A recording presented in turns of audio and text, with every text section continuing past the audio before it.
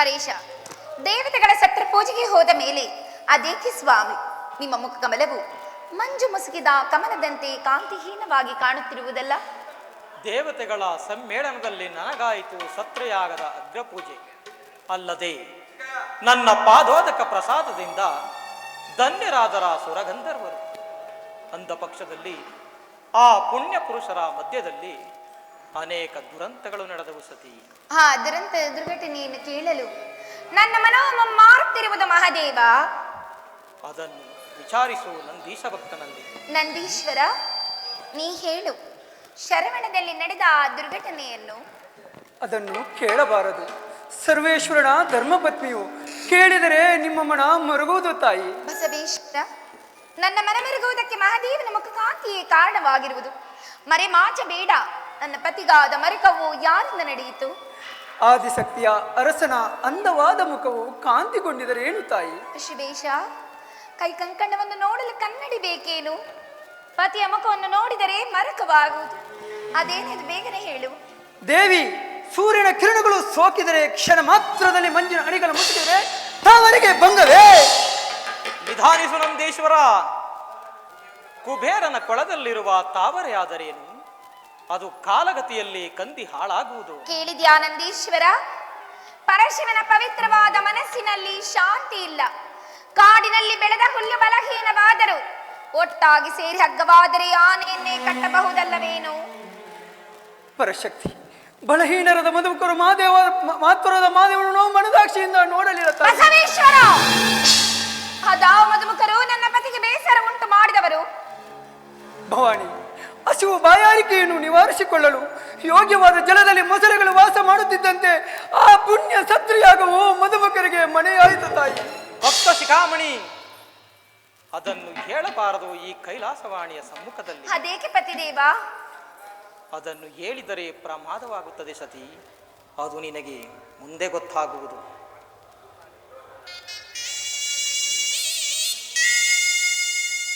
ನಂದೀಶ್ವರ, ಅಮ್ಮ, ಕೇಳಿದೆಯಾ? ಕೇಳಿ ಯಕ್ಷ ಕಿನ್ನರಿಯರ ಗಾನವನ್ನು ಅವರಾರನ್ನು ನೋಡಿ ಹೇಳುವೆಯಾ? ಕೇಳಿದೆನು ತಾಯಿ, ಕ್ಷಣಾರ್ಧದಲ್ಲಿ ಹೇಳುವೆನು.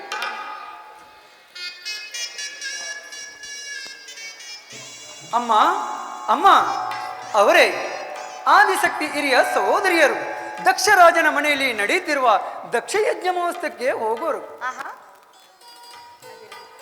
ಅದಿರಲಿ ಪರಮೇಶ್ವರ, ಶರಣ ತೀರದಲ್ಲಿ ಮೆರೆಯುತ್ತಿರುವ ಶಿವಗಣಾಧೀಶ್ವರನ್ನು ನೋಡಿಕೊಂಡು ಬರಲು ಅಪ್ಪಣೆಯಾಗಬೇಕು. ಸುಖಿಸು ಸುಖವಾಗಿ ಶಿವಗಣಾಧೀಶ್ವರನ್ನು ಸೇರು. ಹೋಗಿ ಬಾನಂದೀಶ್ವರ. ಶಿವಹೋಂ ಶಿವಹೋಂ ಶಿವಹೋಂ. ಸ್ವಾಮಿ, ನಿನ್ನ ಹಿರಿಯ ಸಹೋದರಿಯರು ದಕ್ಷಿಣಾಲಯಕ್ಕೆ ಹೋಗುತ್ತಿರುವುದನ್ನು ನಾನು ಬಲ್ಲೆನು. ದೇವ, ಅಲ್ಲಿ ನೋಡಿ, ಆ ಗಗನ ಮಾರ್ಗದಲ್ಲಿ ಸುಂದರ ವಿಮಾನದಲ್ಲಿ ಅನೇಕ ಗಂಧರ್ವ ನಾರಿಯರು ಕಿನ್ನರ ಗೀತೆಯನ್ನು ಹಾಡುತ್ತಾ ಹೇಗೆ ಸಾಲು ಸಾಲಾಗಿ ಹೋಗುತ್ತಿರುವರಲ್ಲವೇನು? ನೀ ನೋಡು ಸತಿ, ಆ ಸಂಭ್ರಮವನ್ನು ನೋಡುವ ಅಗತ್ಯ ನನಗಿಲ್ಲ. ಭೂತೀಶ್ವರ, ನಮಗೋಸ್ಕರವಾಗಿ ದೇವಲೋಕದ ಬಡಗಿಯ ಬಿನ್ನಾಣ ಹಸ್ತದಿಂದ ಕಲ್ಯಾಣ ಮಂಟಪವನ್ನು ರಚಿಸಿದ ನನ್ನ ತಂದೆ ದಕ್ಷದೇವ, ಆತನ ಮಗಳು ನಾನಲ್ಲವೇ ಶಂಕರ? ಅದಾರಿಗೆ ತಿಳಿದಿರುವುದು ನೀನು ದಕ್ಷದೇವನ ಮಗಳೆಂದು. ನಾನು ದಕ್ಷಬ್ರಹ್ಮನ ಮಗಳಾಗದಿದ್ದರೆ ನನಗಿಲ್ಲಿಂದ ಬರುತ್ತಿತ್ತು ಇಂತಹ ಸುಖ ಸಂತೋಷ. ಭೂತೇಶ್ವರಿ, ಅಲ್ಲಿ ಹೋಗುತ್ತಿರುವ ಸುರನಾರಿಯರು ನೋಡಿದ ಮೇಲೆ ಮಗಳು ತಂದೆಯ ಮನೆ ಮಹೋತ್ಸವಕ್ಕೆ ಹೋಗಬಾರದೇ ಉತ್ತಮ? ಭೂತೇಶ್ವರಿ, ಕಾಗೆಗಳ ಮಧ್ಯದಲ್ಲಿ ಬೆಳೆದ ಕೋಗಿಲೆ ಮರಿಯು ಆ ಕಾಗೆಗಳ ಮರಿಗಳಾಗಿದ್ದರೆ ಆ ಕಾಗೆಗಳು ಆ ಕೋಗಿಲೆ ಮರಿಯನ್ನು ಕೊಲ್ಲುತ್ತಿರಲಿಲ್ಲ. ನೀನು ದಕ್ಷದೇವನ ಮಗಳಾಗಿದ್ದರೆ ಕರೆಸುತ್ತಿದ್ದ ನಿನ್ನ ತಂದೆ ದಕ್ಷದೇವ. ಹಾಗಾದರೆ ನಾನು ದಕ್ಷಬ್ರಹ್ಮನ ಮಗಳಲ್ಲವೇ? ನೀವು ನನ್ನ ತಂದೆಯ ಜಾಮಾತನಲ್ಲವೇ? ಇಲ್ಲ, ನೀನು ದಕ್ಷದೇವನ ಮಗಳೂ ಅಲ್ಲ, ನಾನು ಜಾಮಾತನೂ ಅಲ್ಲ. ದೇವ, ನನಗಿರುವ ಸಂತೋಷವನ್ನು ಮುರಿದಿಕ್ಕಬೇಡ. ಗುರು ಮಂದಿರಕ್ಕೆ, ಪಿತ ಮಂದಿರಕ್ಕೆ, ದೇವಗಿರಿಗೆ ಯಾರಿಂದಲೂ ಕರೆಸಿಕೊಳ್ಳದೆ ಹೋಗಬೇಕೆಂದು ನೀವೇ ಹೇಳುತ್ತಿದ್ದೀರಲ್ಲವೇನು? ಹೌದು, ಹೇಳಿದ್ದನು. ಅವನೋರ್ವ ರಾಜಸ ಅಹಂಕಾರಿ. ಕಾಡಿನಲ್ಲಿ ವಾಸಿಸುವ ಕ್ರೂರ ಮೃಗಗಳಿಗಾದರೂ ಶಾಂತಿ ಉಂಟು, ಹುತ್ತದಲ್ಲಿ ವಾಸಿಸುವ ವಿಷ ಸರ್ಪಗಳಿಗುಂಟು ಶಾಂತಿ. ಆದರೆ ನಿನ್ನ ತಂದೆ ದಕ್ಷ ದೇವನಿಗಿಲ್ಲ ನಮ್ಮಲ್ಲಿ ಶಾಂತಿ ಶಾಂತಿ ಶಾಂತಿ. ಅಪ್ಪನ ವಿಷಯಕ್ಕೆ ಆ ಶಾಂತಿಯಿಂದ ಮಾತನಾಡುತ್ತಿರುವಿರಿ? ಮಾತನಾಡುವ ಸಂಭವ ಉಂಟು, ಮಾತನಾಡಿದನು ಮಹಾದೇವಿ. ಮರುಗಳಿಸಿ ಕರೆಯುತ್ತಿದೆ ಮತ್ತೊಂದು ನಾದ. ಆ ಕಿನ್ನರಿಯರ ಕೈಬುರುಡೆ ಗೀತೆಯು ನನ್ನನ್ನು ದಕ್ಷ ಲೋಕದ ಕಡೆಗೆ ಸೆಳೆಯುತ್ತಿರುವುದು. ಅದು ಗೀತವಲ್ಲ, ನಿನ್ನ ಆತ್ಮವನ್ನು ಸುತ್ತುಗಟ್ಟಿ ಎಳೆಯುತ್ತಿರುವ ಕಾಲಪಾಸ. ಯಾವ ಪಾಶವಾದರೆ ತಂದೆ ಮನೆ ಎಂದರೆ ಚಿಕ್ಕಂದು ಹೊಟ್ಟೆ ಬೆಳೆದ ನಿವಾಸ. ಹೆಣ್ಣು ಮಕ್ಕಳಿಗೆ ಅದಕ್ಕಿಂತ ಪ್ರಿಯವಾದ ಸ್ಥಳವಿಲ್ಲ. ಆದ್ದರಿಂದ ನಾನು ದಕ್ಷ ಲೋಕಕ್ಕೆ ಹೋಗಲೇಬೇಕು ಸ್ವಾಮಿ. ಅದ ಬೇಡ ಸತಿ. ನಿಮ್ಮ ತಂದೆಗೆ ನಮ್ಮಲ್ಲಿನ ವಿರೋಧವು ಅಪಾರವಾಗಿರುವುದು. ತಾನು ಹಾಕಿದ ಮೊಟ್ಟೆಯನ್ನು ತಾನೇ ತಿನ್ನುವ ಕ್ರೂರ ಸರ್ಪದಂತೆ ನನ್ನನ್ನು ಜಾಮಾತನೆಂದು ತಿಳಿಯದೆ ರಥ ವೈರವನ್ನು ಗಳಿಸಿರುವ ನಾನಿನ್ನ ತಂದೆ ದಕ್ಷ ದೇವ. ಇದು ನನ್ನನ್ನು ಕಳಿಸಬಾರದೆಂದು ಆಡ್ತಿರುವ ಬಯಲಾಡಂಬರದ ಮಾತುಗಳು. ನನ್ನ ತಂದೆಗೆ ನಿಮ್ಮಲ್ಲಿ ಅಪಾರ ಪ್ರೇಮವಿರುವುದು. ರಾಜೇಶ್ವರಿ, ಇದುವರೆಗೂ ನಿನ್ನ ಮನ ನೋಯುವುದೆಂದು ಸುಮ್ಮನಿದ್ದೆನು. ಕೇಳು ಕೇಳು, ನಿನ್ನೆ ನಡೆದ ಸತ್ರಯಾಗ ಸಮಾರಂಭದಲ್ಲಿ ಮನ ಬದಲಾಯಿತು ನಿನ್ನ ತಂದೆ ದಕ್ಷ ದೇವನಿಗೆ. ಏನು ಅಲ್ಲಿ ನಿಮಗಾದ ಅಗ್ರ ಪೂಜೆ ನೋಡಿ ಸಂತೋಷ ಪಡಲ್ಲವೇ ನನ್ನ ತಂದೆ ಆ ದಕ್ಷ ದೇವನು? ಏನು ಸಂತೋಷ ಪಟ್ಟನೆ? ಸಂತೋಷ ಪಟ್ಟನೆ ನಿನ್ನ ಜನಕ.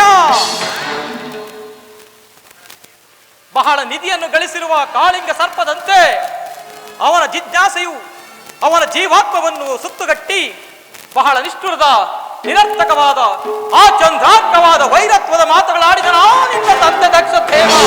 ತಂದೆ ಮಾತಿಗೆ ಭೂತೇಶ್ವರ. ಬಯಲಾಡಂಬರದ ಮಾತಿಗೆ ಬೇಸರವೇನು ಭೂತೇಶ್ವರಿ? ಬೆಂದಿತೆನ್ನೊಡಲು ಆ ಸತ್ರೆಯಾಗದ ಪುಣ್ಯ ಪುರುಷರ ಮಧ್ಯದಲ್ಲಿ ಬೆಂದಿಕ್ಕುವ ಸಮಿತ್ತುಗಳ ಅಗ್ನಿ ಜ್ವಾಲೆಯಂತೆ ನನ್ನನ್ನು ಹೊಗಳುತ್ತಿದ್ದ ದೇವ ಮಂತ್ರಗಳ ಸುನಾದಕ್ಕೆ ನಿನ್ನ ತಂದೆ ದಕ್ಷ ದೇವನ ಕಠೋರವಾದ ವಿಸಜ್ವಾಲೆ ಮಾತುಗಳು ಹುಟ್ಟಿ ಬರುತ್ತಿದ್ದ ಮಂಗಳಕರ ನಾದವನ್ನು ಮರೆಮಾಚಿಸಿತು ಸತಿ, ಮರೆಮಾಚಿಸಿತು. ಮೃಗುವಲ್ಲದೆ ಮತ್ತಾರು ಅವನನ್ನು ಮಾತನಾಡಿಸಲಿಲ್ಲ. ಆದರೆ ನಿನ್ನ ಬಾಂಧವ್ಯದ ಪ್ರೇಮ ನನ್ನನ್ನು ಮೌನವಾಗಿ ಕುಳ್ಳರಿಸಿದ ದಿವ್ಯ ಸಾಲೆಯಲ್ಲಿ.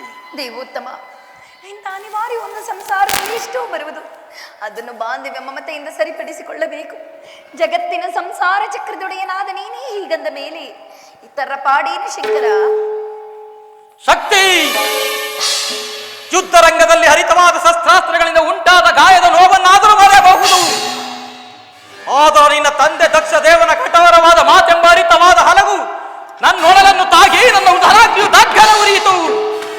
ಅದನ್ನು ತಿಳಿದ ನಿನ್ನ ತಂದೆ ದಕ್ಷ ದೇವನು ಪಾಷಾಣ ಹೃದಯನಾಗಿ ತನ್ನ ಗುರುವಾದ ಭೃಗುದೇವನ ಕುಮಂತ್ರದ ಮಾತುಗಳಿಂದ ಮಾರಣ ಮಹಾಯಜ್ಞವನ್ನು ಹೂಡಿ ನನ್ನನ್ನು ಕೊಲ್ಲಲು ಅಣಿಮಾಡಿರುವನು. ಮಾರಣ ಮಹಾಯಜ್ಞ, ಮಾರಣ ಮಹಾಯಜ್ಞ. ಕರ್ಮದನು ಬಂಧದ ವಜ್ರ ರಸದಿಂದ ಬಂಧಿಸಲ್ಪಟ್ಟು ಇಡೀ ಬ್ರಹ್ಮಾಂಡವನ್ನೇ ಹೆಂಡಿ ತೆಗೆಯಲ್ಪಟ್ಟ ಉಗ್ರವಾದ ರಸವೇ ಸೋಮರಸ.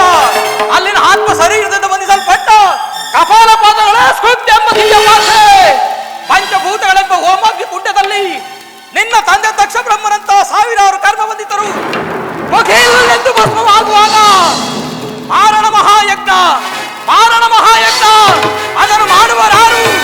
ನಾನಲ್ಲವೇ? ನಾನಲ್ಲವೇ? ನಾನಲ್ಲವೇ? ಅದನ್ನು ತಿಳಿದಿದ್ದರು ವಿವೇಕರಹಿತನಾದ ನಿನ್ನ ತಂದೆ ದಕ್ಷ ದೇವ. ಪ್ರಾಣೇಶ್ವರ, ಅವಿವೇಕಿಯಾದ ತಂದೆಗೆ ವಿವೇಕವನ್ನು ಹೇಳಲಾದರೂ ನಾನು ದಕ್ಷ ಲೋಕಕ್ಕೆ ಹೋಗಬಾರದೇನು? ಸತಿ, ನಿನ್ನ ತಂದೆಗೆ ನಮ್ಮಲ್ಲಿನ ವಿರೋಧವು ಅಪಾರವಾಗಿರುವುದು. ನನ್ನ ಮಾತನ್ನು ನೀನು ಅಲ್ಲಿಗೆ ಮೀರಿ ಅಲ್ಲಿಗೆ ಹೋದರೆ ನಿನಗೆ ಹಾನಿ ತಪ್ಪದು ತಪ್ಪದು ತಪ್ಪದು. ತಂದೆ ನಿರಾಕರಿಸಿರಿ, ತಾಯಿಯಾದ ವೇದವತಿ ಇಲ್ಲವೇ? ಅಲ್ಲದೆ ನನ್ನ ಹಿರಿಯ ಸಹೋದರಿಯರಾದ ರೇವತಿ ಪುಷ್ಪೋಜಿಯರು ನನ್ನನ್ನು ಆಶ್ರಯಿಸುವುದಿಲ್ಲವೇ? ಏಳು ನಟರಾಜ, ಪ್ರಯಾಣಕ್ಕೆ ಸಿದ್ಧನಾಗು. ಎನ್ನ ಮನೆದಾಸೆಯ ಶಿವನೇ ನೀನೊಲ್ಲೆಯ.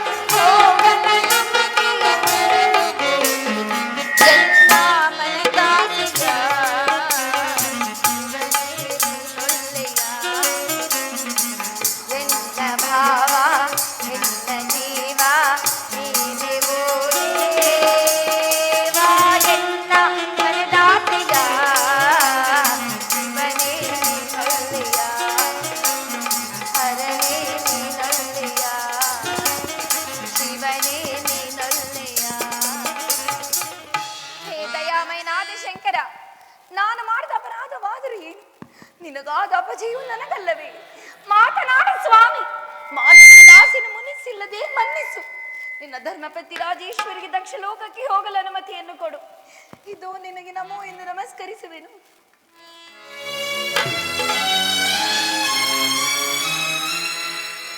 ಮಹೇಶನ ರಾಣಿ ನೀನೆಂದು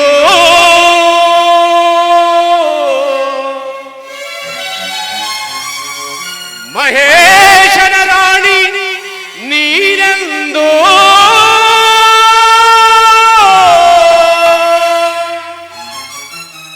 ಮಹಾಯಜ್ಞವನು ಬಯಸದಿರು ರಾಜರಾಜೇಶ್ವರಿ. ಮಹಾಯಜ್ಞದೊಳು ಫಲವಿಲ್ಲ,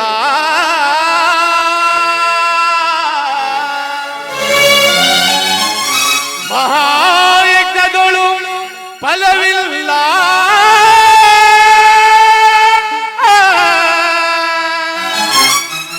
ಮಹಾಮದಾಂಧ ನಿನ್ನ ಪಿತ ದಕ್ಷ ಹೋಗದಿರುತ್ತ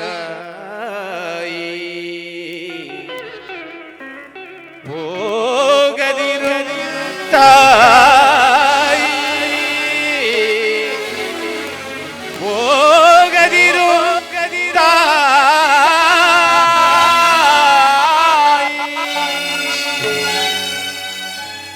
ಸತಿ ಸತಿ ಎಚ್ಚರ ಎಚ್ಚರ. ನನ್ನ ಜೀವನ ಚಕ್ರ ಸೋತದಾರ್ಕನಾರು ಅವನೇ ಅವನೇ ಆಶೀರ್ವಾದ ನುಡಿಯುತ್ತಿರುವ ತಾಂಡವ ಮೂರ್ತಿಯು. ನನಗೆ ಹಾನಿ ಬರುವುದೆಂದು ಮಾತನಾಡದೆ ಕುಳಿತಿರುವ ನೀ ಮಹಾದೇವನು. ನನಗುಂಟೆ ನನಗುಂಟೆ ಹಾನಿ ದಕ್ಷ ದೇವನಲ್ಲಿ ಅಥವಾ ಮತ್ತೊಬ್ಬ ದೇವನಲ್ಲಿ.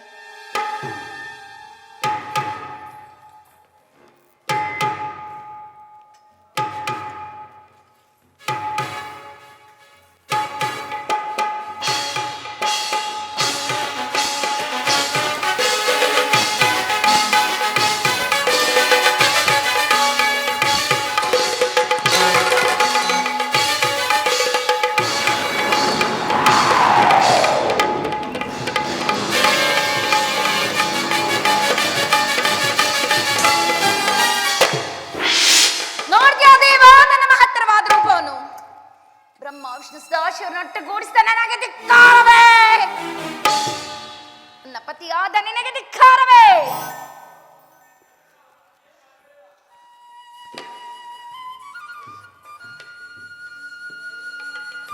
ಅನುಜ್ಞೆಯನ್ನು ಕೊಡು ಶಂಕರ, ಅನುಜ್ಞೆಯನ್ನು ಕೊಡು.